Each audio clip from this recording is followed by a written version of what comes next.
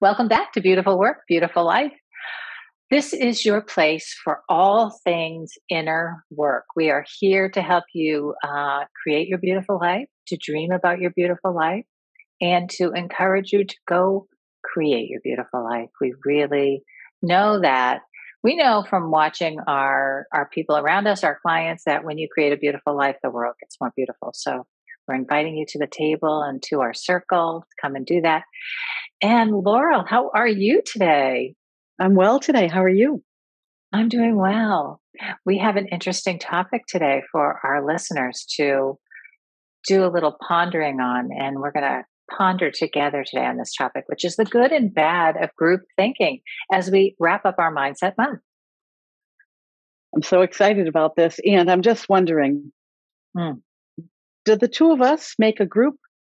I think we do. I think we do. And listeners out there, we want to know, do you think we make a group? I think two people or more make a group. What do you think? Yeah. Yeah. And we've not talked about this topic before. So I can't wait to see what comes from it. I know. And I think that group thinking is interesting because in the world today, with the kind of extremes we find ourselves in, a lot of rhetoric that's out there, it does kind of feel like there's some group thinking going on out there mindlessly, like group thinking without real consciousness around it necessarily. And I know I have a great poem in my book Crossroads that I really love, and it's called "Territory of the Mind."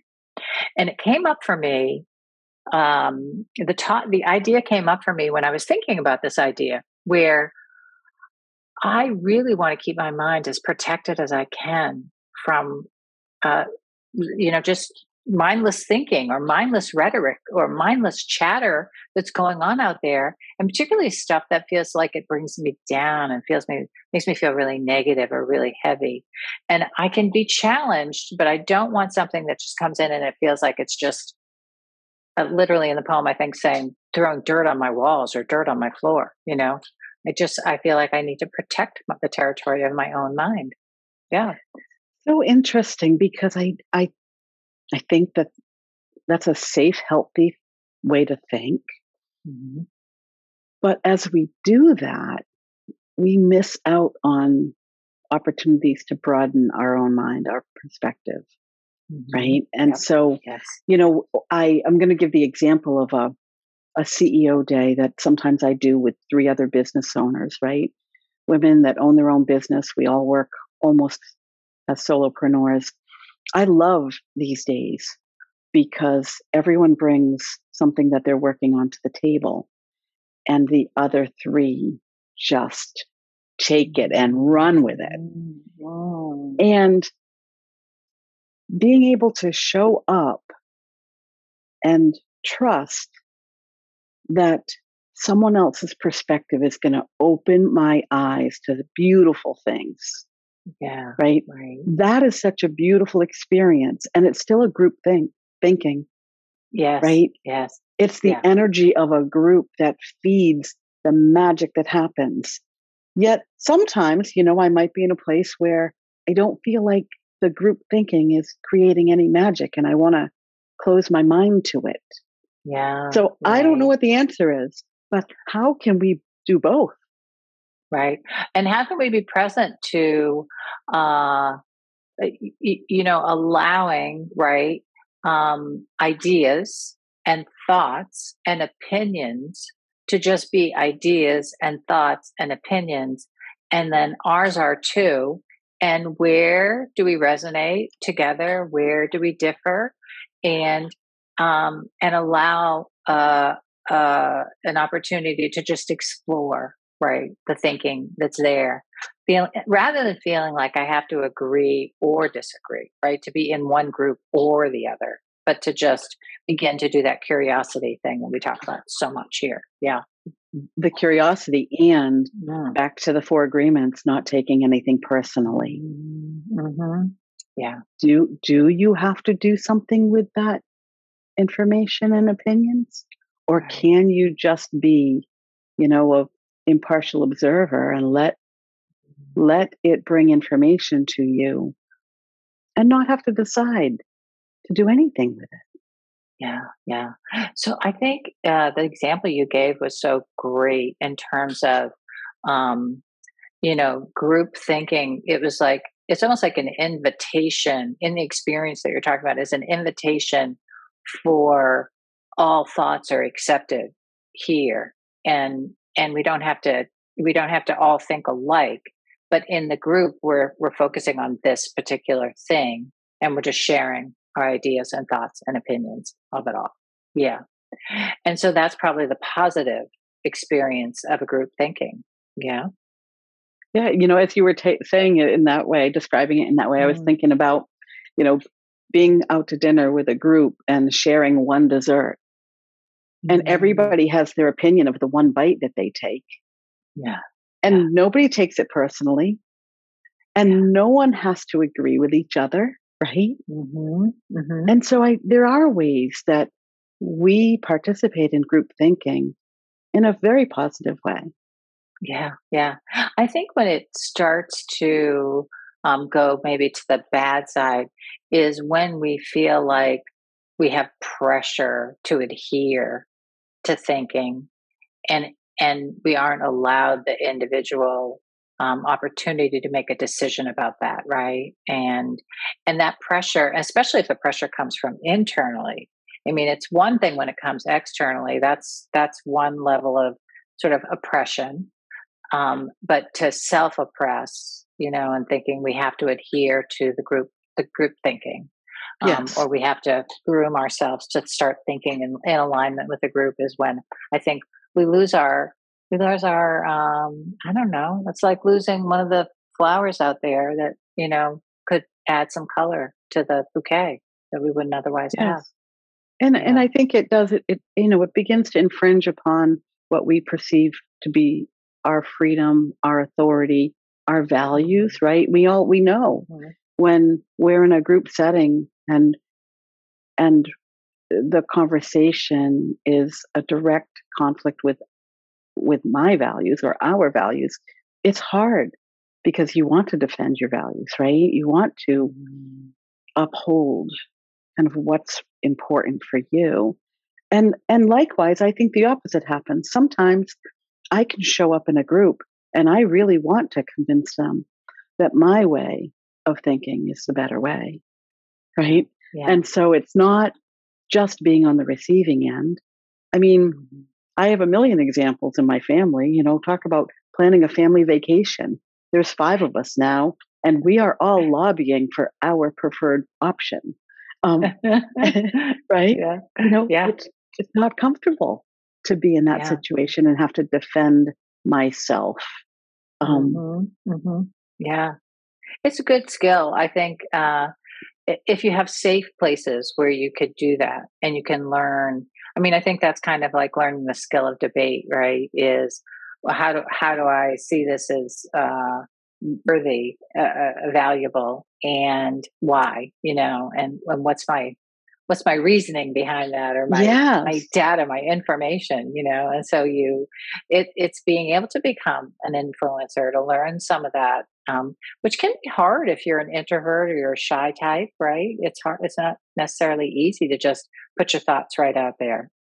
It is not because, I Mhm. mean, for me, when I hold my thoughts, it's because I'm afraid someone's going to judge me. Yeah, And this is yeah. this is what happens, I think. And you know, Mhm. you say the safe place. If you have a safe place that, Yeah. I have another example with 3 women I went to elementary school with, and I still see several times a year, and I can walk into that place and bring any idea, whether they agree with me or not. They love me and respect me. And Yeah, that's a safe space to bring it. So I think I would yeah. encourage our listeners as, you know, to find the safe space where you can Mhm. learn to be out within a group, but not have to maybe resign to the group thinking. Mhm. We Mhm. we do it in the yoga world. When I think about being an impartial observer, right? Yeah. Like, how can we observe without carrying the weight of as if we need to own it as well, or also. Yeah. Yeah. Uh, that idea of being the observer, being the witness to our own thinking, our own doing, our own even feeling, right, is such a powerful tool to help you develop um, beginning to look at your own thinking, right? Because if you want to discern, whether you're falling prey to group thinking, and it's harming you, or you're feeling like it's taking away your ability to think for yourself. One of the ways that you begin to discern that is to be able to observe your own thinking, and to to literally reflect on your own thinking, to take the time to say, huh, well, I just had that thought, or I just had that opinion go through my mind. Is that really true for me? Like, to really, I think, to ask that question, is that really true for me? Begins to help you see, where you might be falling prey to just group thinking, and being lazy, not protecting necessarily your mind and using it for your own self, so to speak. Yes, Yeah. I love that. I love that practice. Yeah. And I think this idea of um, allowing ourselves to, I don't know, I guess, succumb. Is succumb the right word? What is it? To group thinking when we don't want to, is what goes back to that the show. I think the show we did on taking responsibility for your life, taking responsibility for your thinking, and the way that you're thinking is is essential to be able to create your own mindset ultimately. Yes. Yeah. Yeah, and also boundaries. I mean, we've talked about boundaries in other episodes, and Mhm. we often think about our boundaries, um, when we might do things that we don't necessarily want to do in order to please other people. But Yeah. I think that when we succumb to group thinking because it's easier, that definitely is a place where we may need to strengthen our belief, in our boundaries and our belief in our own values and our voice, right? Mm, How can we yes. practice having our own thoughts? Um, and one of the ways I think about it's just coming now is like, if you don't have a safe place to talk freely about your own thoughts and your own beliefs, journaling is a great place to do that, Absolutely. Yeah. It's always so a safe place if you yeah, keep it private. yeah, And it's also an opportunity to go back and look at, if we're talking about reflecting on your thinking, sometimes it's not easy to develop that witness muscle where you can kind of just sit and notice your thinking. That takes time, it takes a little attention. But journaling is a great place to begin to actually write down your thoughts, go back, read them, question, where does that come from? Is that true for me? How do I really feel about that? And what feels truer to me if that doesn't feel right or good inside my body as I hold that thought, hold that idea? What does feel right and true yes, for me? Um, and it's not. And I think this is really important because if you're unconsciously falling into group thinking, you usually end up feeling resentful at some level, both for to yourself, angry at yourself, and angry underneath somewhere at other people for hijacking your thinking, and not feeling like you can think whatever you want to think, or whatever you think is wrong, or however it's showing up for you. So, if you're having a hard time discerning, am I falling prey to group thinking, right? Is to begin to look at your feelings, as you're thinking thoughts, like how do I feel? Because usually when we are in alignment, we're having a thought that is true to the deepest part of ourselves and in alignment with our values. It usually feels empowering, yeah, right? And if it's doing the opposite to you, then you want to begin to think about, where's the thinking coming from? Yeah. Yeah. and I would imagine that the resentment comes a little later. It's not the first, Right. right? Yeah, Because in my experience, definitely. resentment is a seed that takes time to grow and fester, right? Yeah. Um, Yeah. so it might be, even before that, test out that group thinking, that that group belief or the thought when you're not with that same group, right? Test it Mm-hmm. out. Speak it out loud to someone else Mm-hmm. when you're alone. And if you're able to do that, Yeah.